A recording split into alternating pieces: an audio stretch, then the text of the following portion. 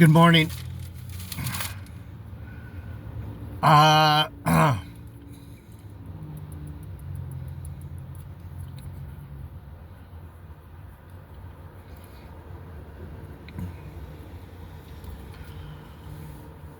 weary for repenting. This is Jeremiah 15 verse 5. For who shall have pity upon you, O Jerusalem? Or who shall bemoan thee? Or who shall go aside to ask how you're doing? JD Nye, your word of truth. Bible teaching with Jeff Deloach. Good morning. Let me...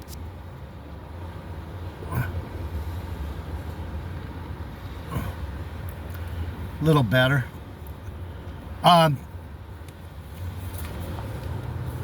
Sam 2227. Welcome to the channel. Thanks for subscribing. I appreciate every new subscriber these days. I'm writing your name in the book. Sam 2272.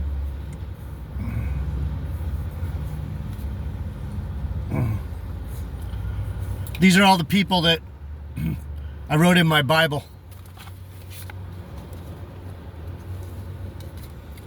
You're right down there, Sam. Backwards, Sam 22272. Thanks for subscribing. I appreciate it. I don't have very many I don't have very many supporters on this channel. So I appreciate you joining. At least, even if you don't listen all the time, I would like to maybe get some followers or some listeners that enjoy the content, that can understand what I'm the teaching I'm doing. Anyhow, I didn't really have a message planned. I went on a date yesterday.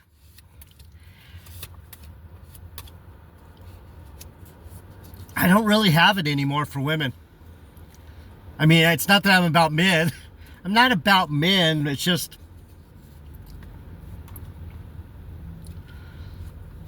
I've had enough of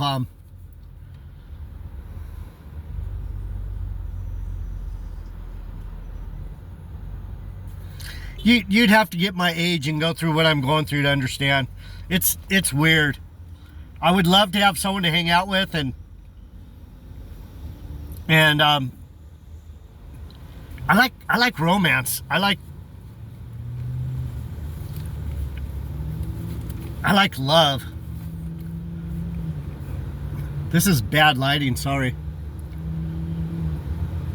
The sun's peeking up over the top of the building here. So that verse, I just opened to Jeremiah, and the page I was at, I didn't see anything in particular. The Lord said, no, not here. So I went back a couple pages to Jeremiah 15. So I just killed 4 minutes and I didn't even say anything. Sorry. I don't like women. I'm afraid of dating. Welcome to my channel, and let's look at the Bible. For who shall have pity upon you, O Jerusalem? Or who shall bemoan thee? Or who shall go aside to ask you how you're doing? That's exactly how I feel. There's no one to understand Judah. There's no one to understand a true Jew. I'm not Jewish, I'm Judah, I'm Benjamin. So when you see that place, Jerusalem, that's a people before it's a place. Oh, Jerusalem, it's not talking about per se the city and the inhabitants of the city. It's an example of the people like me who are actually thinking biblically. And my tribe, Benjamin, as we've gone over again and again and again, I've found out that Benjamin is basically a name for my tribe. Judah, Benjamin. It's my people. It's the real Jews, the ones that understand God. It's like, so what I'm trying to point out again and again and again and again, I say this all the time, and it doesn't really do anything for me. I'm just trying to point out to you how I interpret the Bible is different, and where I stand is different. And I'm trying to teach you what it means to actually be spiritual, biblically spiritual. I'm not talking about New Age or Buddha or some kind of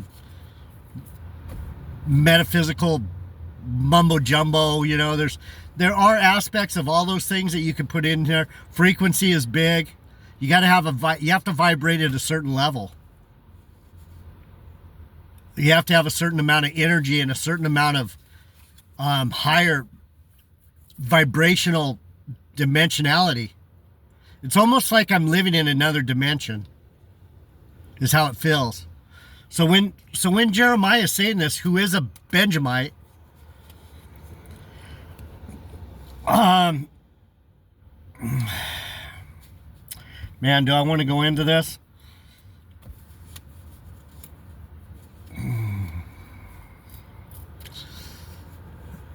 Hezekiah, what this is referring to, let me read this real quick so you can get an idea of what the Lord is saying to Jeremiah about my people. And a big part of it was Hezekiah. He was confused about being a king. He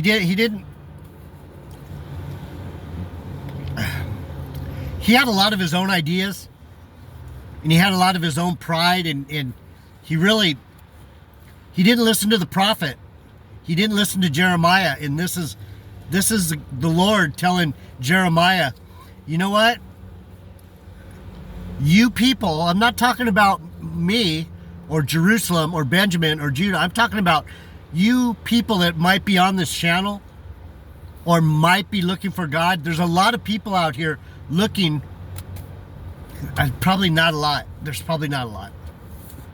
People don't really care about the Bible, so that was a misquote. People really don't care. But there are a few out here that are going, man, the Bible's pissing me off. I don't get it. What am I missing? I feel like I'm with God, but I don't feel like God's with me.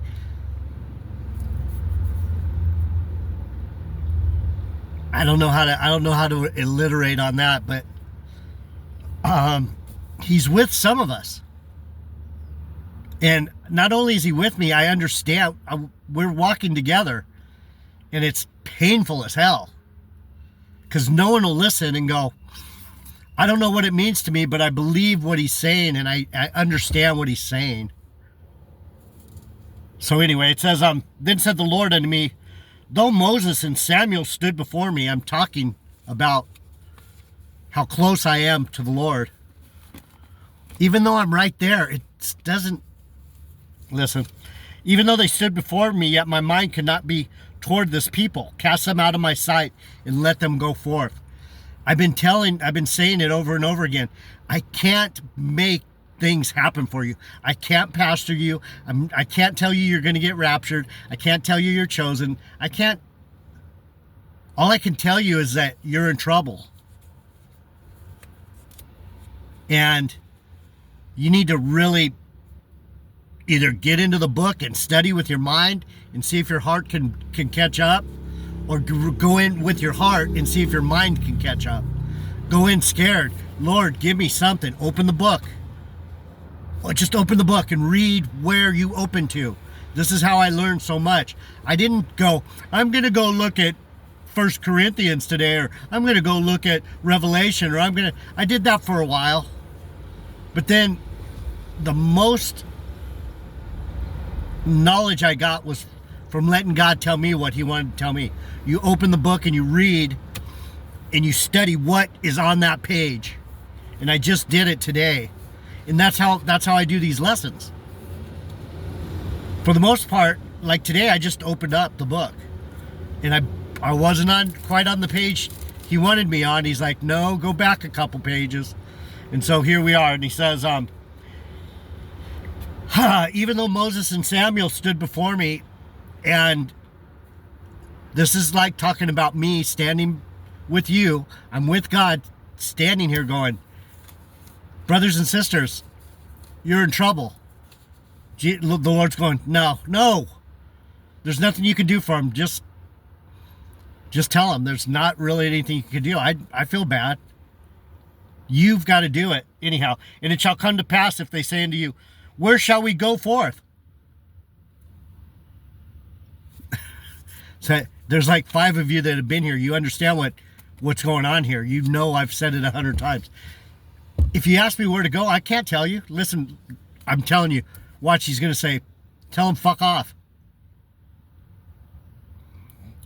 And if they say, where are we going to go? Then you shall tell them, thus said the Lord, such as are for death to death, such as are for the sword to the sword, such as are for the famine, go to famine, such as are for captivity to captivity. You are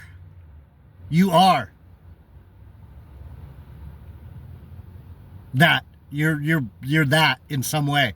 You're lost. You're taken captive by the world. You're starving to death because you don't know the Bible. You're in famine. You're dying. There's no life in you. There's no higher vibration. You're hateful. You're scared. So when it talks about death, that means you're dead to this word. You're spiritually, your vibration is so low and fluttering. You're basically on life support. Such as are to the sword or to the sword. You ones that are fighting back because you don't know what to do, so you're just fuck Christianity, fuck the Bible, fuck God. I'm on a murderous mission. I'm going to pick up the sword. These are the things that are happening in this world. People are picking up the sword, like we saw with Captain Kirk and these fucking fake Israelites over there in the Levant. Those fuckers, whoa.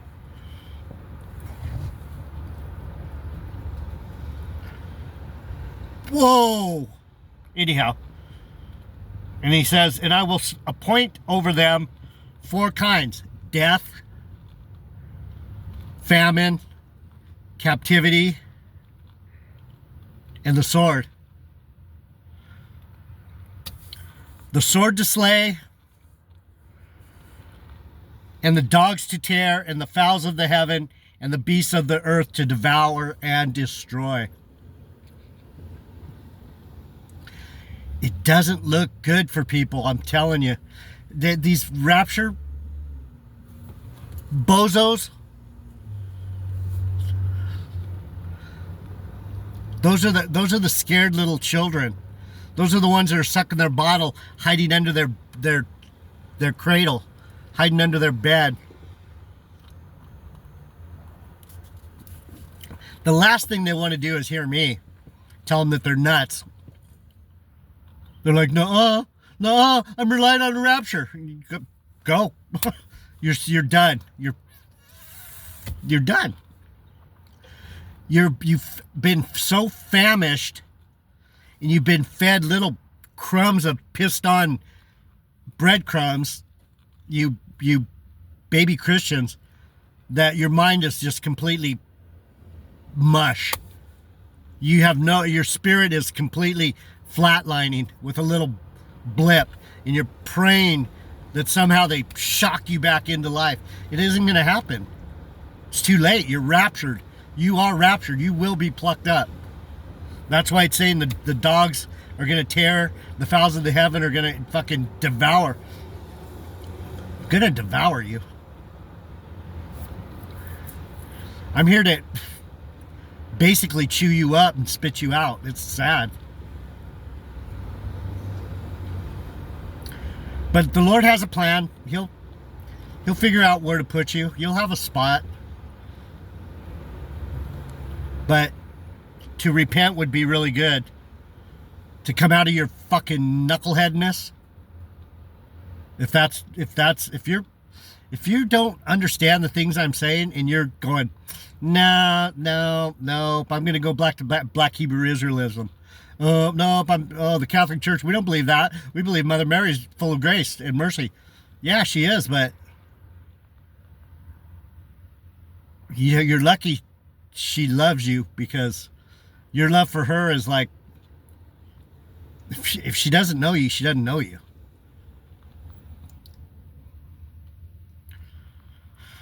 Anyhow, I'm not gonna get into that Mother Mary thing. I've had my I've had my conversations with her, and then it says, "And I will cause them to be removed into all kingdoms of the earth."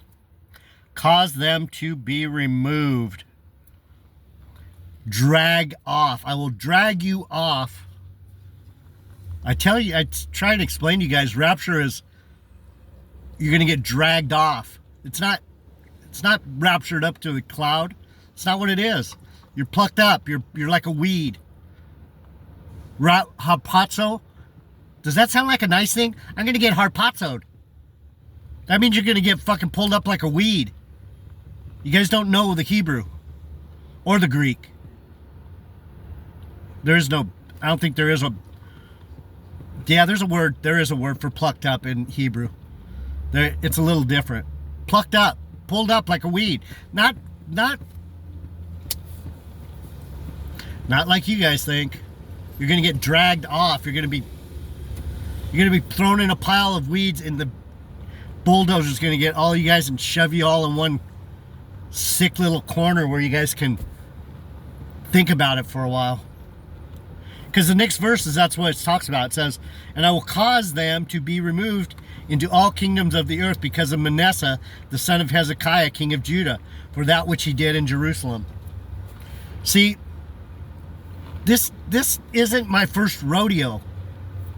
These fucking kings of Judah have been fucking with my Benjamite brothers since the beginning. It's really interesting because it's the kings against the prophets and the priests. And we're all three of us fighting where it's like a political bullshit. These kings think that they're going to boss everyone around, and they don't listen to the prophet. The prophet doesn't understand the sanctity of the priesthood. The priesthood doesn't understand.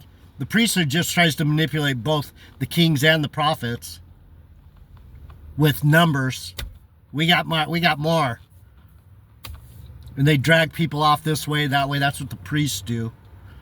The kings and the prophets, at least they're just one dude, one dude with one dude by him, a king and a right-hand man. These priests are like, that's why you see Black Hebrew Israelism. These guys are priests of the left-hand side. These guys are dark fucking spirits trying to tell you what God is. Yahweh Bahashem, Yahweh Shai Bahashem Rakakadash. What? They came up with a whole new name of God because that's who they believe in. They believe in some fucking black power nigga god that is nothing, nobody. Anyhow. So you're in trouble. You're in jeopardy. You have low vibration. You're confused about the world. You're confused about yourself. You're confused about God, and you don't know the Bible.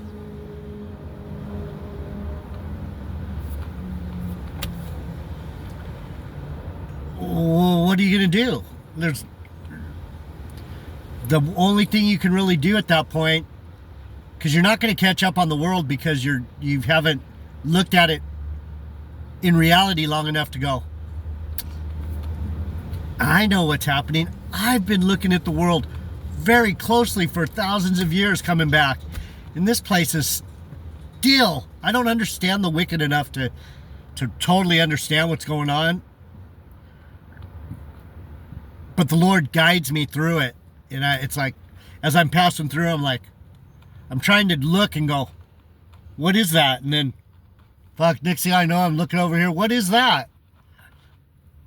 Some things I understand better than others. I look over here sometimes and go, oh.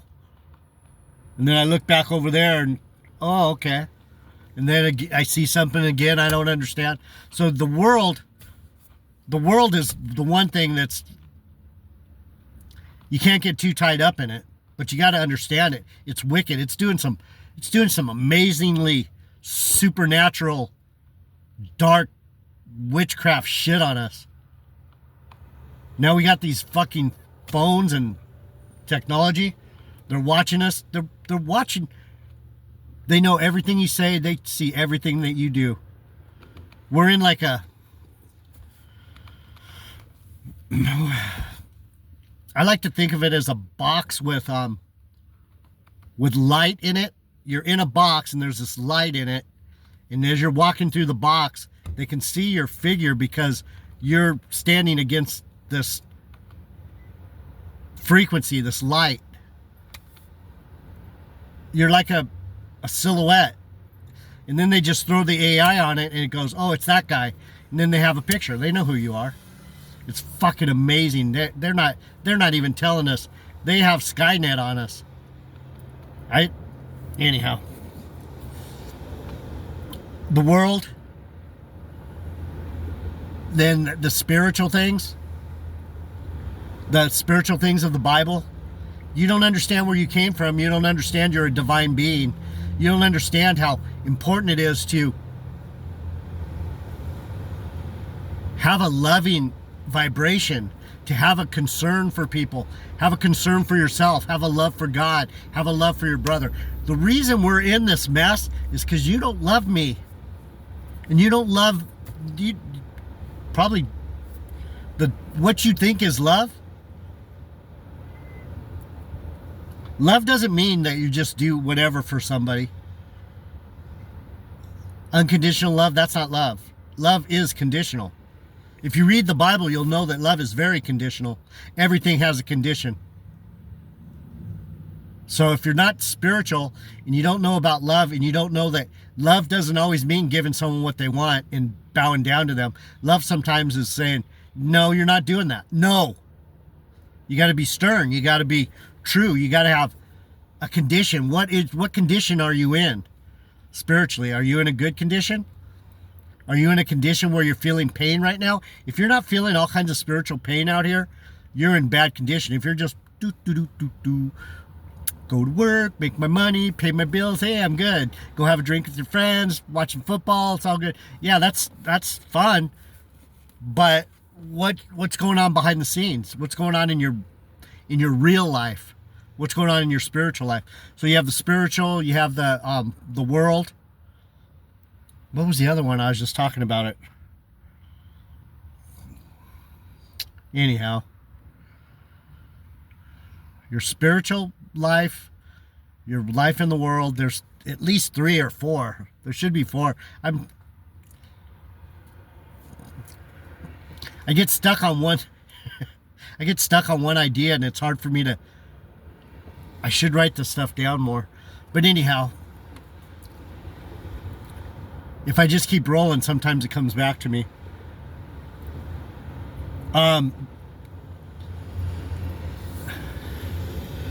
This is interesting. You won't be able to read it because it'll be backwards, but I just looked up at the restaurant right here. It's called Prepped for Love. You got to be prepared for love. And, oh, I know what it is. Yourself How do you feel about yourself? I'll come back. I'm going to just keep reading in Jeremiah. I'm probably only going to do 2. I have to go to court and fight with these idiots. Prepped for love. Sam 22272. Wow, this lady that's going to open up this Prepped for Love restaurant, she looks miserable as hell.